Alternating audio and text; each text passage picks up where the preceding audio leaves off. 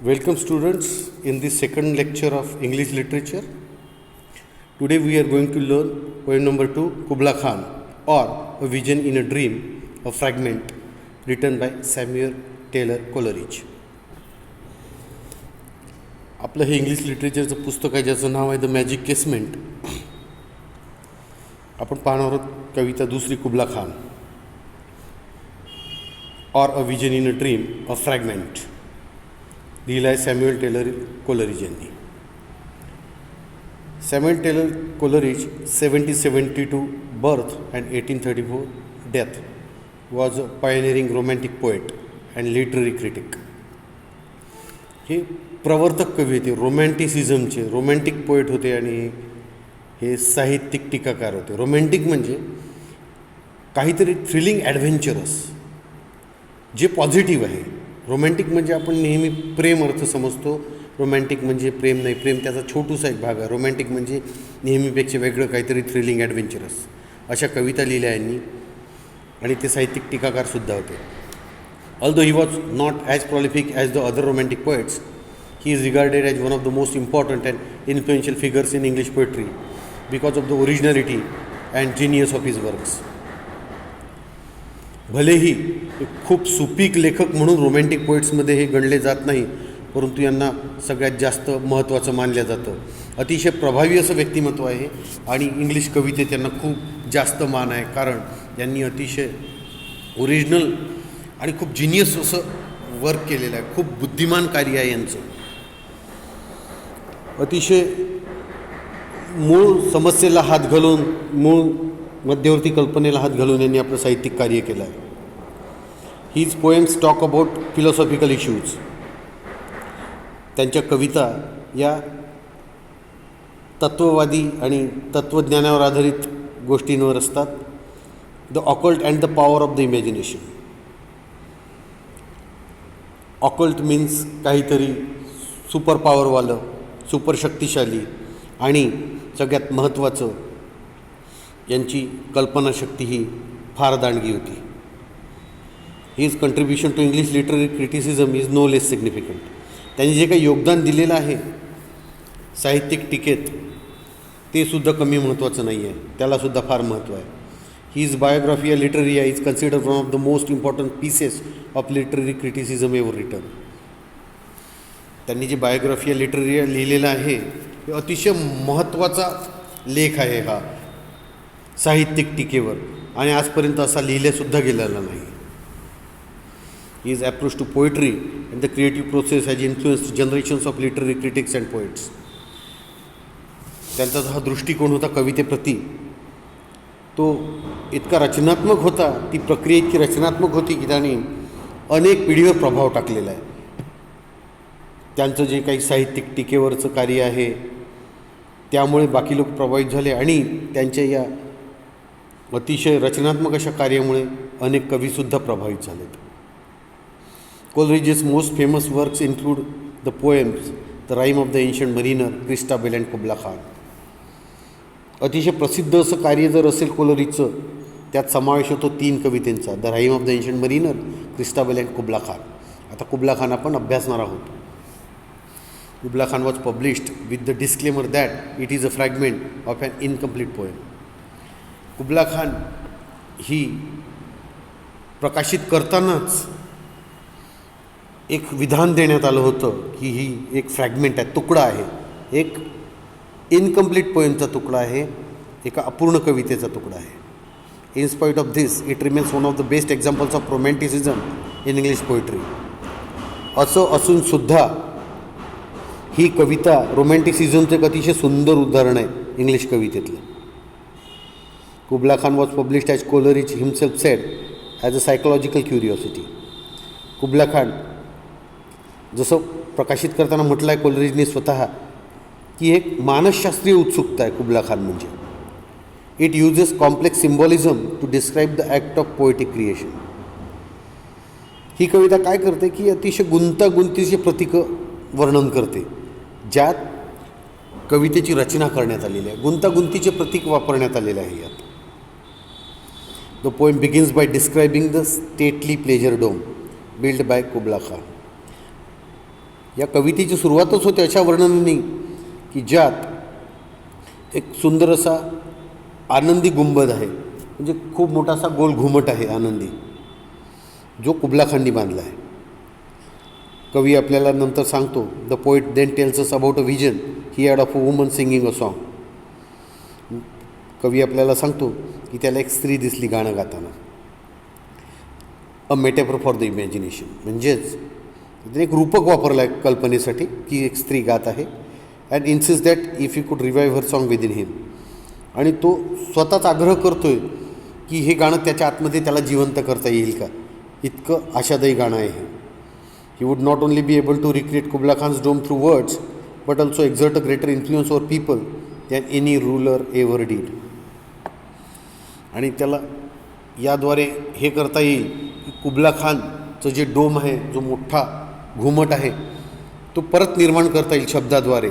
शब्दाच्या उत्कृष्ट निर्मितीने तो त्या घुमटाचं वर्णन करेल आणि एक खूप जास्त प्रभाव टाकू शकेल तो लोकांवर, जो आजपर्यंत कोणत्याही राज्यकर्त्याने टाकलेला नाही. Now let us move to the original poem. In Xanadu did Kubla Khan a stately pleasure dome decree where Alph the sacred river ran through caverns measureless to man down to sunless C.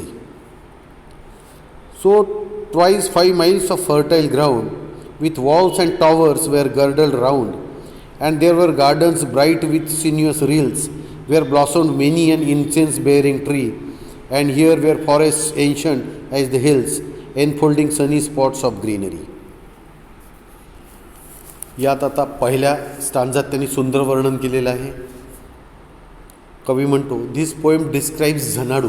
या कवितेत झनाडू एका काल्पनिक प्रांताचं वर्णन आहे. झनाडू म्हणजे काल्पनिक देश, काल्पनिक प्रांत, द पॅलेस ऑफ कुबला खान. त्या झनाडू राज्यातच झनाडू नावाचाच एक राजमहल आहे कुबला खानचा. A Mongol emperor and the grandson of Genghis Khan. हा मंगोल देशाचा एक साम्राज्यकर्ता आहे आणि हा चंगेज खानचा नातू आहे. The poem's speaker starts by describing the setting of emperor's palace which he calls a pleasure dome. या कवितेतला जो स्पीकर आहे, जो बोलणार आहे, तो सुरुवात करतो की तो जो साम्राज्यवादी आहे, राज्यकर्ता, त्याच्या राजमहालाचं वर्णन करतो आहे तो, which he calls a pleasure dome. आणि तो त्याला म्हणते प्लेजर डोम. प्लेजर म्हणजे आनंद आणि डोम म्हणजे घुमट. म्हणजे खूप असं गोलाकार बांधकाम आहे त्या राजमहालाचं आणि तिथे खूप आनंद आहे. बरोबर आहे, राजमहाल असल्यावर आनंद राहणार आहे, सगळ्या सुखसुविधा राहणार आहे. He tells us about a river that runs across the land and then flows through some underground caves and into the sea. तो आपल्याला अशा एका नदीबद्दल सांगतोय जी जमिनीवर वाहत जाते आहे आणि नंतर अंडरग्राऊंड होते, ती जमिनीच्या खालून काही गुफेतून वाहत जाते आणि शेवटी ती जाऊन समुद्राला मिळते. He also tells us about the fertile land that surrounds the palace. तो आपल्याला तिथल्या सुपीक जमिनीबद्दलही सांगतोय जी राजमहालाच्या अवतीभोवती आहे. The nearby area is covered in streams, sweet-smelling trees and beautiful forests. आसपासचा जो एरिया आहे तिथे सगळे ओढे आहेत, छान स्वच्छ पाण्याचे ओढे वाहत आहेत, स्वीट स्मेलिंग ट्रीज, छान सुगंध असणारी झाडे आहेत आणि अतिशय सुंदर अशी जंगले आहेत. नाऊ सेकंड स्टांजा पाहू आपण. But oh, that deep romantic chasm which slanted down the green hill, athwart a sea-dun cover, a savage place as holy and enchanted as ever beneath a waning moon was haunted, by woman wailing for her demon lover, and from this chasm with ceaseless turmoil seething, as if this earth in fast thick pants were breathing, a mighty fountain momently was forced, amid whose swift harp intermittent burst, huge fragments vaulted like rebounding hell, or chaffy grain beneath the thresher's flail, and amid these dancing rocks at once and ever, it flung up momently the sacred river. 5 miles meandering with a mazy motion, through wood and dale the sacred river ran, then reached the caverns measureless to man, and sank in tumult to a lifeless ocean. And amid this tumult, Kubla Khan heard from far ancestral voices professing war. तिचे सुंदर वर्णन केलं आहे दुसऱ्या स्टांजात. Then the speaker gets excited about the river again. आता तो जो speaker आहे कवितेतला बोलणार आहे तो अतिशय उत्तेजित होतो त्या नदीबद्दल. And tells us about the canyon through which it flows. आणि आपल्याला सांगतो की कोणत्या दरीतून ती नदी वाहत जात आहे. He makes it into a spooky haunted place where you might find a woman wailing for her demon lover.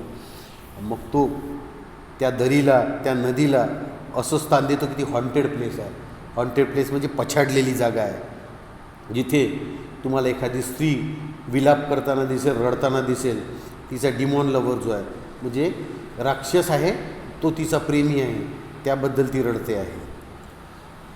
कारण ही पछाडलेली जागा आहे ना, तर तिथे राक्षस भूतप्रेत अशाच एंटिटीला जागा राहील.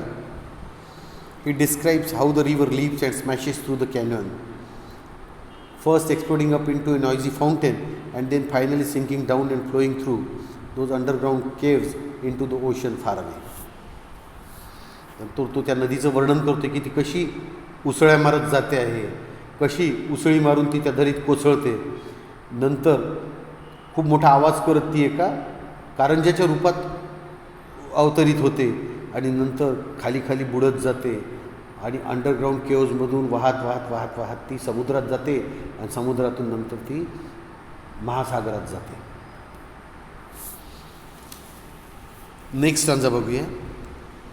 The shadow of the dome of pleasure floated midway on the waves where was heard the mingled measure from the fountain and the caves. It was a miracle of rare device it was a miracle of rare device a sunny pleasure dome with caves of ice. A damsel with a dulcimer in a vision once I saw. It was an Abyssinian maid, and on her dulcimer she played, singing of Mount Abora. Nantar the speaker then goes on to describe Kubla Khan himself, who is listening to this noisy river and thinking about war. नंतर speaker कुबला Khan बद्दल बोलतोय. तो सांगतोय की कुबला Khan आता त्या खूप आवाज करणाऱ्या नदीकडे पाहून विचार करतोय युद्धाचा. All of a sudden the speaker moves away from this landscape and tells us about another vision he had. अचानक तो स्पीकर हे जे निसर्गदृश्य आहे त्यापासून दूर जातो आणि आपल्याला सांगतो त्याला एक दृश्य दिसलेलं आहे. Very saw woman playing an instrument and singing. इथे त्याला ती स्त्री एक वाद्य घेऊन वाजवताना दिसत आहे, गात आहे. The memory of her song fills him with longing. जे गाणं आहे त्याच्या स्मृतीनी त्याचं मन खूप काळजीने भरून येतं, त्याला खूप आठवण येते. And imagines himself singing is on song. आणि तो कल्पना करतो की तो स्वतःच त्याचं गीत गातो आहे, using it to create a vision of Xanadu. आणि त्या गाण्याचा उपयोग करतो आहे तो त्या झनाडूचं वर्णन करतो आहे, तो झनाडूचं दृश्य निर्माण करतो आहे त्या राजमहालाचं. झनाडू म्हणजे त्या राजमहालाचं नाव आहे त्या प्रदेशातलं. Towards the end the poem becomes more personal and mysterious. शेवटी ही कविता आता अतिशय वैयक्तिक आणि रहस्यमय होत जाते.